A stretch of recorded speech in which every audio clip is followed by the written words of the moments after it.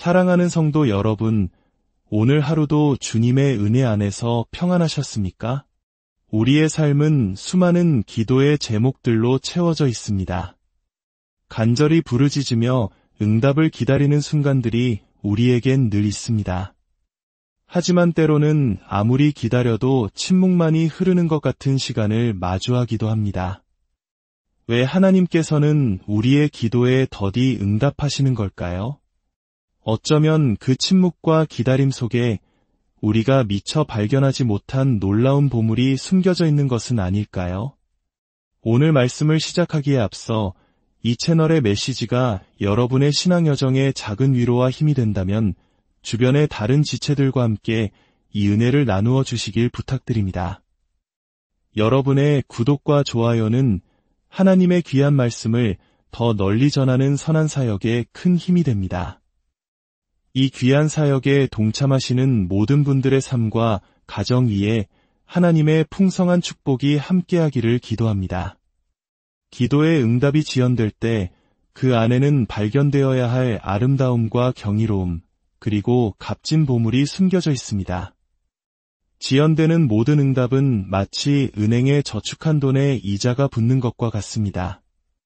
그 기다림의 시간은 하나님께서 우리에게 상황의 본질을 그리고 우리 자신의 내면을 깊이 들여다볼 기회를 주시는 특별한 선물입니다.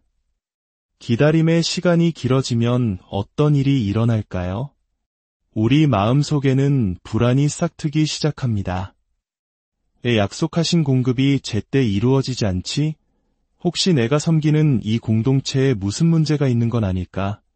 아니, 어쩌면 저 사람에게 문제가 있는지도 몰라. 이처럼 우리의 시선은 문제의 원인을 외부에서 찾기 시작합니다. 하지만 사실 이 모든 불안과 의심은 우리 마음 가장 깊은 곳에 자리한 두려움이라는 뿌리에서부터 자라나는 것입니다.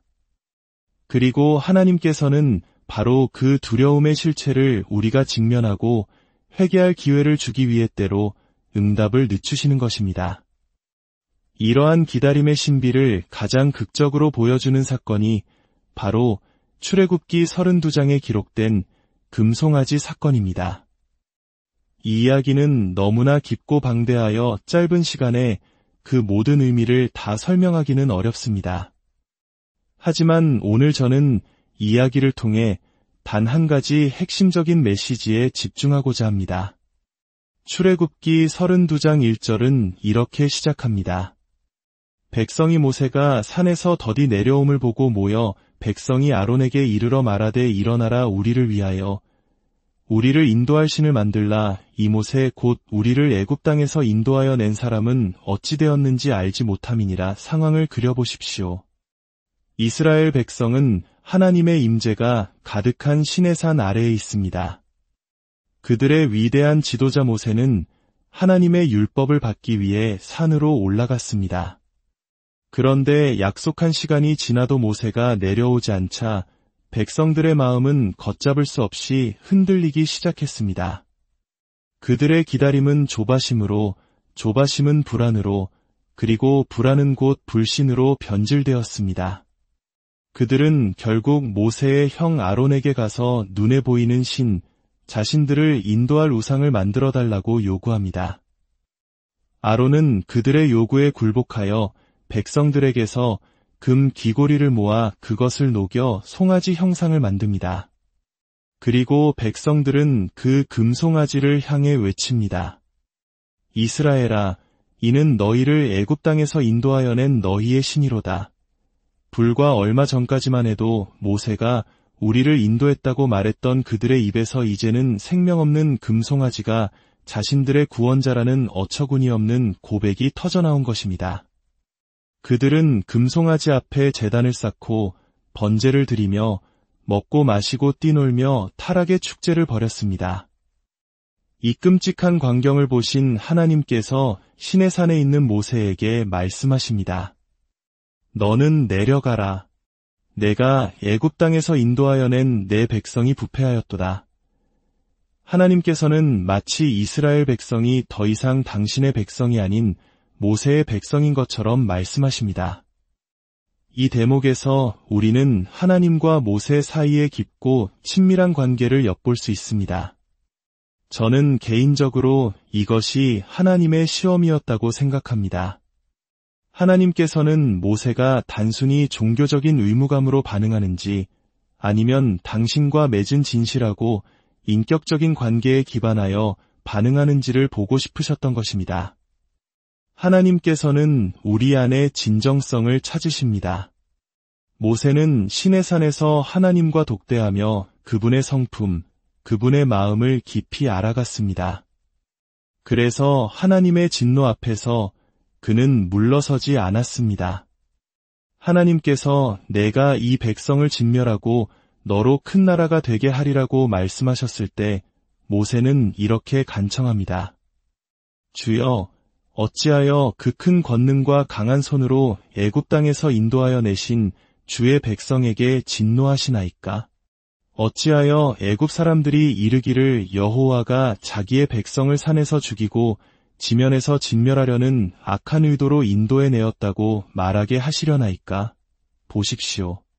하나님께서는 내 백성이라고 하셨지만 모세는 아닙니다. 주님. 그들은 제 백성이 아니라 주님의 백성입니다. 주님께서 인도해 내셨습니다. 라고 담대하게 아뢰는 것입니다. 이 놀라운 대화는 하나님께서 우리와 얼마나 인격적인 관계를 맺기 원하시는지를 보여줍니다. 자, 이제 오늘의 핵심 주제로 돌아와 보겠습니다. 바로 지연되는 응답의 신비입니다. 기도에 대한 응답이 늦어질 때 그 안에는 우리를 향한 하나님의 깊은 뜻이 담겨 있습니다. 모든 지연된 응답은 영적인 이자를 낳고 있습니다. 요한복음에 나오는 나사로의 이야기가 이를 잘 보여줍니다. 마르다와 마리아는 사랑하는 오라비 나사로가 병들었다는 소식을 예수님께 전합니다. 하지만 성경은 예수님께서 그 소식을 들으시고도 이틀을 더 머무셨다고 기록합니다. 의도적인 지연이었습니다. 예수님께서 도착했을 때 나사로는 이미 죽어 무덤에 장사된 지 나흘이나 지난 후였습니다. 마르다와 마리아는 원망 섞인 목소리로 말합니다. 주께서 여기 계셨더라면 내 오라버니가 죽지 아니하였겠나이다. 그들의 말은 사실이었습니다. 하지만 예수님은 상황을 악화시키려 하신 것이 아닙니다. 그분은 아버지의 때를 따르고 계셨습니다. 그리고 아버지의 방식은 때로는 기다림을 통해 더 큰 영광을 드러내신다는 것을 알고 계셨습니다. 지연은 더 큰 영적 이자를 낳았습니다.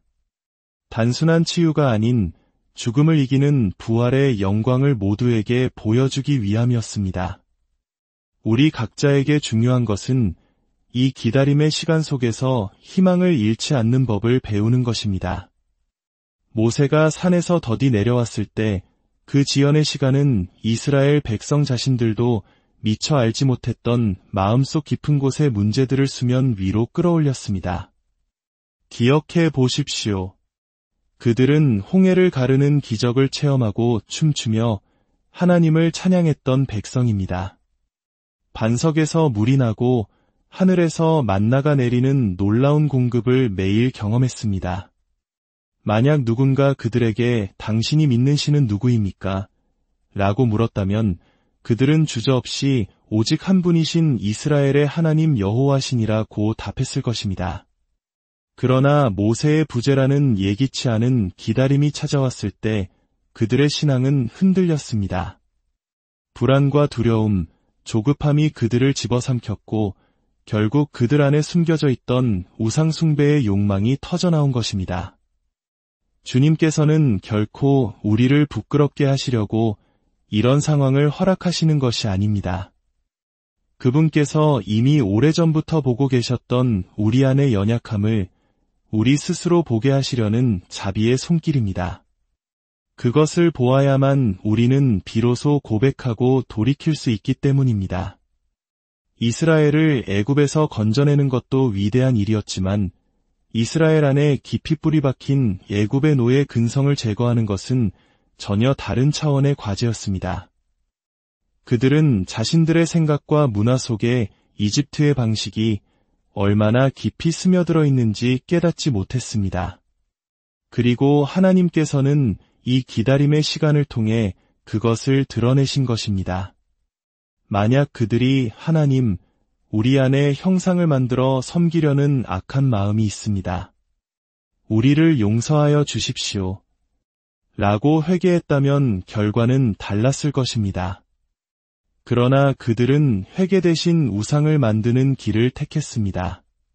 사랑하는 성도 여러분, 나사로의 이야기에서 그리고 모세의 이야기에서 우리는 동일한 교훈을 얻습니다. 사무엘이 사울왕을 만나러 오기로 약속하고 더디왔을 때 기다림을 이기지 못한 사울이 직접 제사를 드림으로 하나님께 불순종했던 사건도 마찬가지입니다.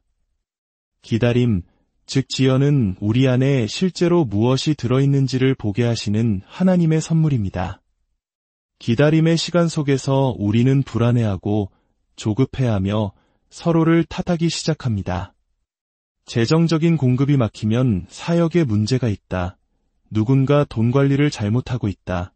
목사님께 문제가 있는 것 같다며 문제의 원인을 외부에서 찾습니다. 이 모든 반응은 우리 안에 두려움에서 비롯된 것입니다. 하나님께서는 바로 그 순간 우리에게 회개할 기회를 주고 계신 것입니다. 이것은 놀라운 은혜입니다.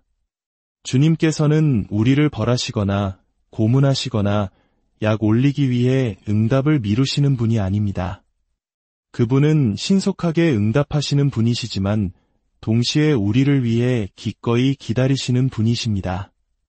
단순한 믿음은 응답을 가져옵니다. 그러나 인내하는 믿음은 인격과 함께 응답을 가져옵니다. 하나님께서는 때로 즉각적인 응답을 주시지만 또 어떤 때에는 잠깐만 기다리렴 하고 말씀하십니다. 왜일까요? 그분은 우리 손에 쥐어지는 결과보다 그 과정을 통해 우리의 내면이 어떻게 빚어지는가에 훨씬 더 큰 관심을 가지고 계시기 때문입니다. 우리는 우리가 통제할 수 없고 이해할 수 없는 신비 앞에서 어떻게 반응해야 할까요? 이것이 바로 그리스도인의 삶에서 성숙으로 나아가는 핵심적인 부분입니다. 우리가 더 큰 것을 위탁받을 수 있는 성숙한 하나님의 사람이 되기 원한다면 우리는 이 기다림의 순간들을 기뻐하고 감사함으로 받아들여야 합니다. 성경은 말합니다. 범사에 감사하라. 이것은 가장 영광스러운 말씀 중 하나입니다. 모든 일에 감사하는 것은 우리의 정신을 건강하게 지켜주는 비결입니다. 항상 기뻐하라.는 우리의 감정을 건강하게 지켜줍니다. 쉬지 말고 기도하라.는 우리의 영혼을 건강하게 지켜줍니다. 이것이 바로 주님 안에 거하는 삶의 열쇠이자 그리스도인의 삶의 공식과도 같습니다. 하나님께서 때로 제 삶의 기도 응답을 늦추시는 이유는 주인이 누구인지를 분명히 가르쳐주기 위함이라고 믿습니다. 그분은 내가 아니라 하나님이십니다. 그분은 나를 위해 일하시는 분이 아니라 내가 그분을 위해 일하는 것입니다. 나는 결코 그분을 설명하거나 그분을 대신해 변명하거나 사과할 필요가 없습니다. 그분은 전능하신 주 하나님이시기 때문입니다. 사랑하는 성도 여러분, 혹시 지금 응답이 더딘 기도의 제목을 붙들고 힘겨운 시간을 보내고 계십니까? 오늘 말씀을 기억하십시오. 그 기다림은 형벌이 아니라 선물입니다. 그 침묵은 외면이 아니라 당신의 내면을 들여다보게 하시는 하나님의 자비로운 초대입니다. 그 지연되는 시간 동안 당신의 믿음에는 영적인 이자가 붙고 있으며 당신의 인격은 더욱 깊고 단단하게 빚어지고 있습니다. 모든 상황 속에서 기쁨을 선택하고 쉬지 않고 그분과 교제하며 이해할 수 없는 순간에도 감사하는 믿음의 거장들이 되시기를 바랍니다. 주님께서 당신의 기다림 속에 숨겨두신 놀라운 보물을 발견하는 은혜가 있기를, 그분의 더 깊고 완전하신 계획을 신뢰하는 지혜가 있기를 그리하여 오늘도 기쁨과 기도와 감사로 승리하는 복된 하루를 살아가시기를 주님의 이름으로